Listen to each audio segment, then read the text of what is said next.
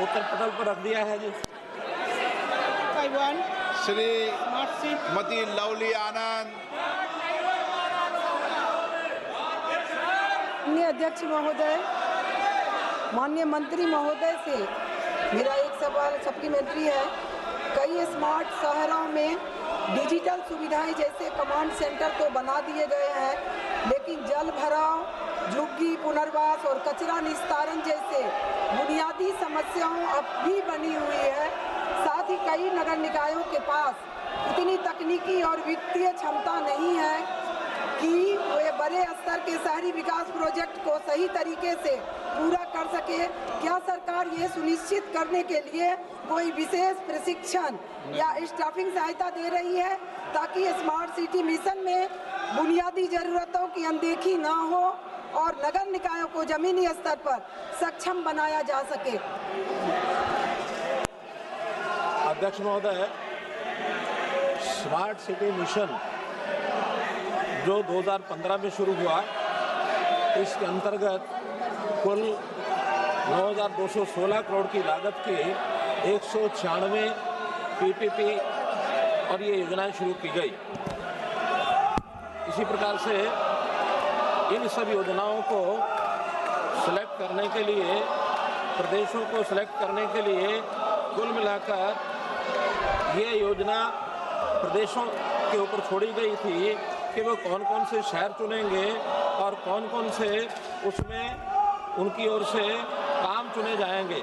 कुल 8,000 से ऊपर ये शहर चुने गए थे और उन सब शहरों के अंदर कौन से प्रोजेक्ट चुनने हैं ये सब प्रदेशों के ऊपर निर्भर करते हैं।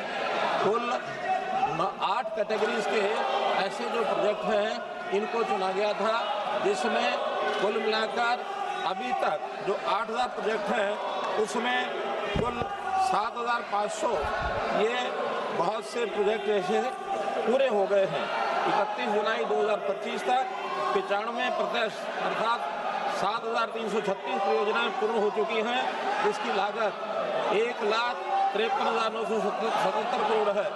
लगभग 99% निर्धारित बजट यह 100 शहरों को जारी किया जा चुका है। 31 मार्च 2025 को यह मिशन वित्तीय समापन हो चुका है। इसमें बहुत से प्रोजेक्ट ऐसी जो उपलब्धियों के रूप में अलग अलग शहरों ने और एक प्रकार से लागू किए हैं। 100 के 100 स्मार्ट शहरों में ICCC और इसकी स्थापना शहरी सेवाएं क्रांतिकारी रूप से बेहतर हुई है। चाहे वह अपराध नियंत्रण हो, नागरिकों की सुरक्षा हो, यातायात प्रबंधन हो, ठोस अपशिष्ट प्रबंधन हो, जल आपूर्ति हो या आपदा प्रबंधन हो। इसमें बहुत से ऐसे जो सिक्योरिटी और सेफ्टी को लेकर के भी कई प्रोजेक्ट ऐसे बनाए गए हैं। वाइब्रेंट पब्लिक स्पेसेस, इसके अंदर भी 84 स्मार्ट शहरों में और 1200 से अधिक सार्वजनिक स्थान विकसित, जिनमें 62 शहरों में 318 किलोमीटर जलपथ निर्माण शामिल हैं। जैसे श्रीनगर का जेलम रिवरफ्रंट, शिवमोगा का गंगा रिवरफ्रंट, इंदौर का खान रिवरफ्रंट, नासिक का गोदावरी रिवरफ्रंट, इम्फाल का कांगला रिवरफ्रंट, शिलांग का उमकरा रिवरफ्रंट, पटना और कानपुर का गंगा रिवरफ्रंट।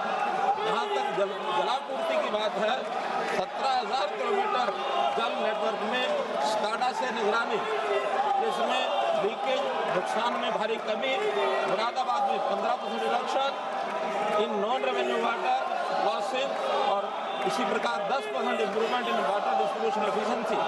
ठोस अपशिष्ट प्रबंधन 48 शहरों में 9,000 RFID युक्त वाहनों से मार्ग संतुलन और दक्ष रंगण, improvement route management efficient collection.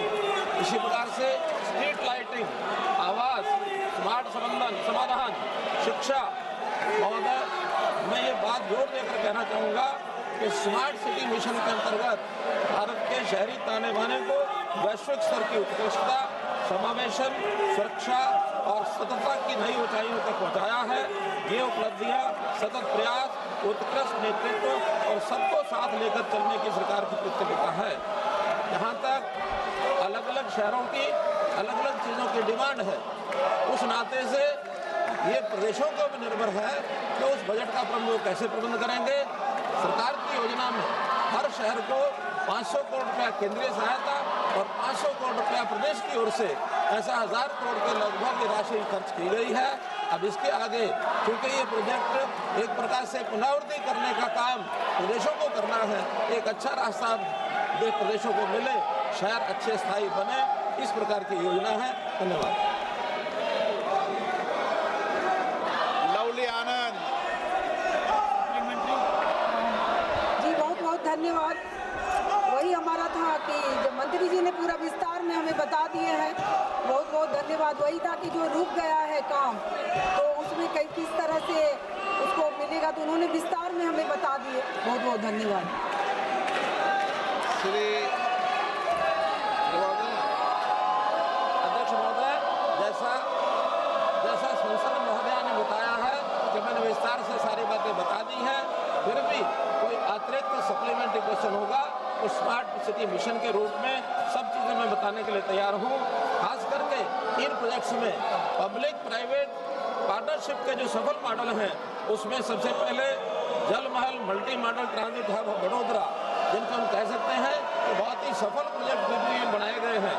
इसी प्रकार construction and demolition CNT waste management facility at Surat, और साथ ही Surat money card common mobility card Surat में, ये सूरत के अलावा 3 अन्य शहरों में भी कोची, भुवनेश्वर, अहमदाबाद, इन सब शहरों पर भी मोबिलिटी कॉमन मोबिलिटी कार्ड ही लागू किया गया है।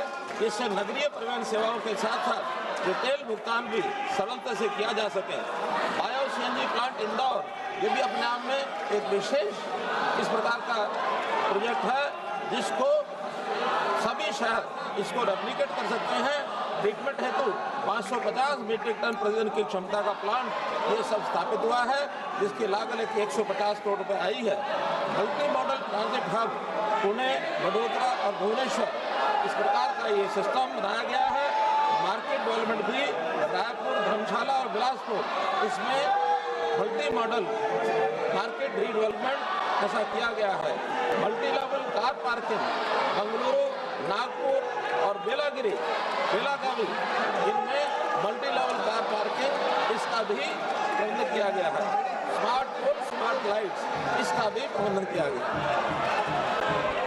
श्री रविंदर वायकर। धन्यवाद अध्यक्ष महोदय जी। माननीय मंत्री महोदय ने कहा है उत्तर में कि 8,063 परियोजना चालू है, उसमें से 7,636 परियोजना पूरी हो चुकी है। मेरा प्रश्न ये है अध्यक्ष महोदय, स्मार्ट सिटीज मिशन SCM को 2015 में 100 शहरों में के लिए लॉन्च किया गया था। मैं मंत्री जी से जानना चाहता हूं कि क्या इस मिशन को और नए शहरों में विस्तार देने पर कोई विचार किया था, जा रहा है, और जो एसेट इन 100 शहरों में SCM के तहत बनाए गए हैं उनके लॉन्ग टर्म प्रिजर्वेशन और मेंटेनेंस के लिए क्या फाइनेंशियल मॉडल तैयार किया गया है क्या? अध्यक्ष महोदय, ये स्मार्ट सिटी मिशन प्रोग्राम ये चूँकि हरियाणा की, हमारे देश की आबादी चूँकि लगातार शहरीकरण हो रहा है, अभी तक हमारी जो आबादी है वो शहरों में 33% हो गई है, जो आज से 20 साल पहले मात्र 20% थी। लेकिन अब आगे चल करके ऐसा अनुमान लगाया जा रहा है कि 2047 तक ये आबादी 50% हो जाएगी, और इतनी बड़ी आबादी में शहरों का, नए शहरों का निर्माण और पुराने शहरों को भी कैसे रीडेवलप किया जाए, उसके लिए एक मॉडल के रूप में ये स्मार्ट सिटी मिशन ये लागू किया गया था। और स्मार्ट सिटी मिशन को लागू करने का अर्थ ये है कि हम ऐसे प्रोजेक्ट जो एक अच्छा, सुंदर, टिकाऊ प्रोजेक्ट बन सके, एक सीमित मात्रा में ये प्रदेशों को एक अवसर दिया गया ताकि उनको अपनी ओर से रेप्लिकेट कर सकें, नए शहरों में लागू कर सकें, और नए शहरों में लागू करके अपने शहरों को सुंदर, स्वस्थ, वातावरण अनुकूलित ये सब बना सके। इसलिए इस योजना को 31 मार्च 2025 को बंद किया गया है। जो प्रोजेक्ट शेष बचे हैं उनको भी 31 दिसंबर 2025 तक पूरा करने के लिए कह दिया गया है, ताकि उस समय तक वो पूरा करें। इसकी पूरी राशि जिन प्रदेशों को जानी थी उनमें सबको चली गई है। केवल 12 प्रोजेक्ट ऐसे हैं जो अपनी राशि को 12 प्रदेश अपना खर्च पूरा नहीं कर सके, लेकिन वो सब कार्यक्रम अब 31 मार्च 2025 को इसको समाप्त कर दिया गया। माननीय सदस्यगण, आज प्रश्नकाल में महत्वपूर्ण मंत्रालय विभागों पर चर्चा है। विशेष रूप से हमारे जनजातीय क्षेत्र के बहुत माननीय सदस्य आज प्रश्न पूछना चाहते हैं। सड़क परिवहन मंत्रालय, हमारे दीपेंद्र हुड्डा जी प्रश्न लगाते हैं लेकिन प्रश्न नहीं पूछे। मैं आपसे आग्रह करूंगा, प्रश्नकाल माननीय सदस्यों का समय होता है। आपको जनता ने बहुत अपेक्षाओं के साथ चुनकर भेजा है। मेरा हमेशा प्रयास रहता है सदन चले, सदन में चर्चा हो, संवाद हो, प्रश्नकाल पर महत्वपूर्ण सवाल उठे, सरकार की जिम्मेदारी तय हो। मैं रोज आपसे आग्रह करता हूं, लेकिन रोजाना आप नियोजित तरीके से सदन को बाधित करना चाह रहे हैं। आप तख्तियां लेकर आ रहे हैं। आपको जिस विषय पर भी चर्चा करनी है, संवाद करना है, आप नियम प्रक्रियाओं की तरफ नोटिस दो, मैं आपको सब पर अलाउ करूंगा। आप सदन चलाना चाहते हैं, सदन नहीं चलाना चाहते, देश की जनता आपको देख रही है कि आप सुनकर आने के बाद भी लोकतंत्र की मर्यादाओं, परंपराओं का पालन नहीं कर रहे। मैं पुनः आग्रह करता हूं, आप अपनी अपनी सीट पर जाकर बैठे। मैं सदन की कार्रवाई चलाना चाहता हूं।